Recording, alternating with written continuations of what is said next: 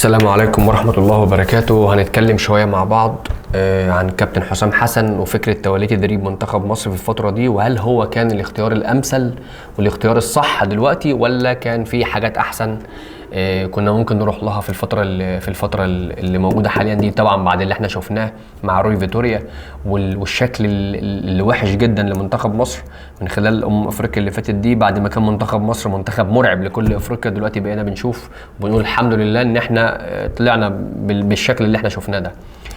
افريقيا بتتطور وافريقيا بتتغير، لكن احنا واقفين زي ما احنا. منتخبات حوالينا، المنتخبات الصغيره اللي انتم بتشوفوها يعني كاب فيردي ومنتخب موريتانيا ومنتخبات كتيره جدا صغيره بنشوفها بتعمل ايه والكره بتتطور عندهم ازاي، لكن احنا عندنا الدنيا زي ما هي. هل كابتن حسام حسن هو الاختيار الصح دلوقتي؟ حاجه دي بتاعت ربنا، مش هنقدر نقول او لا. هنشوف طبعا مع الوقت اللي جاي ان كان الراجل ده هينجح ولا لا. تاني حاجة هنتكلم فيها وهي رأيي الشخصي أنا عن فكرة تولي تدريب الكابتن حسام حسن لمنتخب مصر.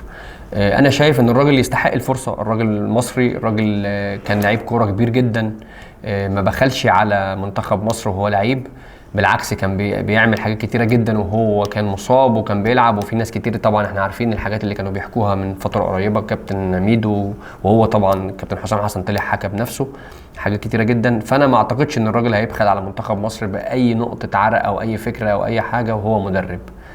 لكن كابتن حسام حسن ليه عيوب وليه مميزات. المميزات بتطغى شويه على العيوب، لكن العيوب مهمه جدا والعيوب فيصليه في الكارير بتاعه كمدرب. وانا شايف ان هو من العيوب الكبيره جدا ان الراجل ما بيشتغلش على عيوبه وما بيصادقش نفسه بعيوبه. ان هو يعني احنا كلنا عارفين ان كابتن حسام حسن عنده جرينتا زايده بتقلب اوقات كتيره جدا، بتكون عصبيه وبتعمل مشاكل كتيره جدا، وما شفتش ان كابتن حسام حسن اشتغل عليها في كل الانديه اللي كان موجود فيها. هي نفس العصبيه اللي موجوده. ثالث حاجه اتمناها، الراجل اتولى تدريب منتخب مصر يوم 6/2/24. سواء كنت مع كابتن حسام حسن، سواء كنت موافق بالموضوع، سواء كنت ضد، اتمنى ان النقد يكون وقف من يوم 6/2، واتمنى ان احنا كلنا نكون في مركب واحده وعلى قلب رجل واحد زي ما بيقولوا، وندعم الراجل. النقطه اللي هنتكلم فيها دلوقتي وهي رد فعل الناس في الشارع، سواء على السوشيال ميديا سواء حوالينا.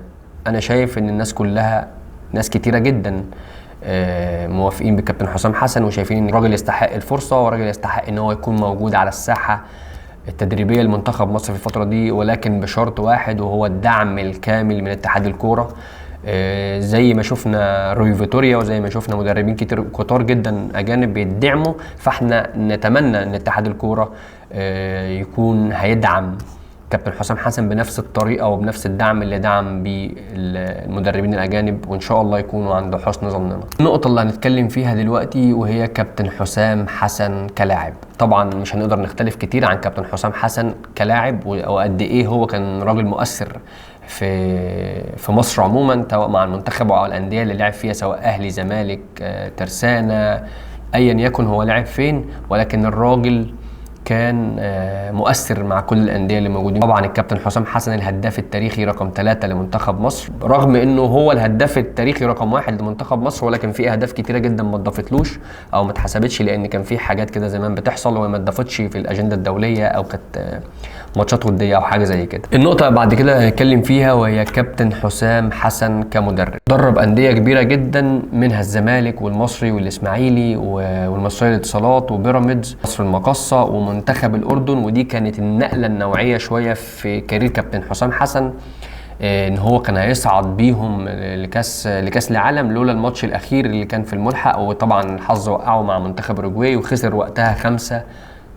كابتن حسام حسن لعب اجمالي ماتشات 422 مباراه، قدر يكسب في 178 مباراه وتعادل في 140 وخسر في 104 مباراه. لعب من خلالهم او دور من خلالهم اللعيبه بعدد 517 لاعب قدروا يلعبوا مع كابتن حسام حسن، ودي من النقط اللي بتميزه عن باقي المدربين الموجودين حاليا على الساحه المصريه، ودي هنتكلم فيها بعد. اكبر فوز فازه الكابتن حسام حسن وهو مدرب كان مع الزمالك ضد بني عبيد، كان كسب ساعتها 6-0. واكبر هزيمه كانت مع منتخب الاردن ضد اوروجواي في ماتش الملحق لكاس العالم، وخسر وقتها 5-0. كان بيلعب الاوروجواي طبعا بكل نجوم. كابتن حسام حسن لعب 3 نهائيات، 2 سوبر و1 كاس، خسرهم كلهم. النقطه اللي هنتكلم فيها دلوقتي وهي المميزات والعيوب. عيوب كابتن حسام حسن طبعا كلنا عارفينها ولا تخفى عن احد، وهي العصبيه الزايده او الجرينتا شويه اللي بتقلب العصبيه. طبعا الجرينتا لما بتكون جرينتا بتكون كويسه جدا، ولكن لما بتقلب وقتها العصبيه زياده او بتقلب العصبيه بتؤدي لان الراجل يتوقف، وده بيؤثر طبعا على الكارير الفرقه او المنتخب اللي هو بيدربه. ونتمنى ان ده ما يحصلش مع منتخب مصر، لان احنا داخلين على حاجات كتيره جدا وحاجات مهمه جدا. العيب الثاني هو مدير فني بلا بطوله، ودي حاجه طبعا يعني مش عارف هي كابتن حسام حسن هيتعامل بيها ازاي او هيحلها ازاي، ولكن دي انا شايفها عيب من العيوب. النقطه اللي هنتكلم فيها دلوقتي وهي مميزات كابتن حسام حسن. كابتن حسام حسن انا شايف ان هو عنده 3 أو 4 مميزات. اول ميزه وهي العين الحلوه. كابتن حسام حسن طبعا كلنا عارفين ان هو راجل عينه حلوه جدا، بيعرف اللعيب من اول وهله كده، بيجيب لعيبه بارقام قليله جدا من درجات من دوري الدرجات الثانيه والثالثه والرابعه وحتى الدوري الممتاز، بيجيب لعيبه قليله وبعد كده اللعيبه دي بتقدر تكسر الدنيا معاه، وبعد كده بيتباعوا بارقام كبيره جدا. الميزه اللي بعد كده اللي بتميز كابتن حسام حسن عن باقي مدربين الدوري المصري وهي تطوير اللاعبين. اللعيبه بتتطور معاه بشكل ملحوظ جدا واسمائهم بتعلى جدا، بعد كده بيجي لهم عروض قويه جدا سواء من الدوري سواء من جوه مصر او من خارج مصر. الميزه الثالثه اللي معانا وهي المهمه جدا بالنسبه لي وهي الحماس وتوليد الدوافع، وانا شايف ان منتخب مصر مفتقدها جدا الفتره دي، مفتقد حد يكون عنده حماس. الميزه الرابعه اللي معانا دلوقتي وهي ان الكابتن حسام حسن لما بيكمل موسم كامل مع فريق بيكون في رئيس جمهورية نفسه، بنشوف الفريق ده بيعمل دوري رائع. وكمان الميزة المهمة بالنسبة لي وهي ان الكابتن حسام حسن كل فريق دربه بيكون منه هداف للدوري او من هدافين الدوري، معدل تهديف عالي جدا، ولكن برضو في مشكلة كبيرة جدا وهي ان استقباله الاهداف بيكون كبير جدا. النقطة الاخيرة معانا واللي هنختم بيها الفيديو هي التشكيل الامثل لمنتخب مصر مع كابتن حسام حسن طبعا من خلال الخطه اللي هو بيحب يلعب بيها وهي 4-2-3-1. في حراسه المرمى هيكون الشناوي، في خط الظهر من اليمين للشمال هيكون محمد هاني ومحمد عبد المنعم وحجازي وفتوح، بغض النظر طبعا ان انا ليا تعليقات كتير جدا عن مستوى حجازي، ولكن ان شاء الله يرجع للمستوى اللي احنا عارفينه عنه. هيكون في 2 ديفندرات، مروان حمدي وحمدي فتحي. في نص الملعب هيكون تريزيجيه على اليمين ومحمد صلاح على الشمال، وتحت راسين الحربه بقى ودي اللي هيكون فيها طبعا الصراع الكبير جدا ما بين مرموش وزيزو. طبعا في الهجوم اللي مستحوذ عليه طبعا بقى له فتره كبيره وهو مصطفى محمد. نتمنى التوفيق لمنتخب مصر ونتمنى التوفيق للكابتن حسام حسن.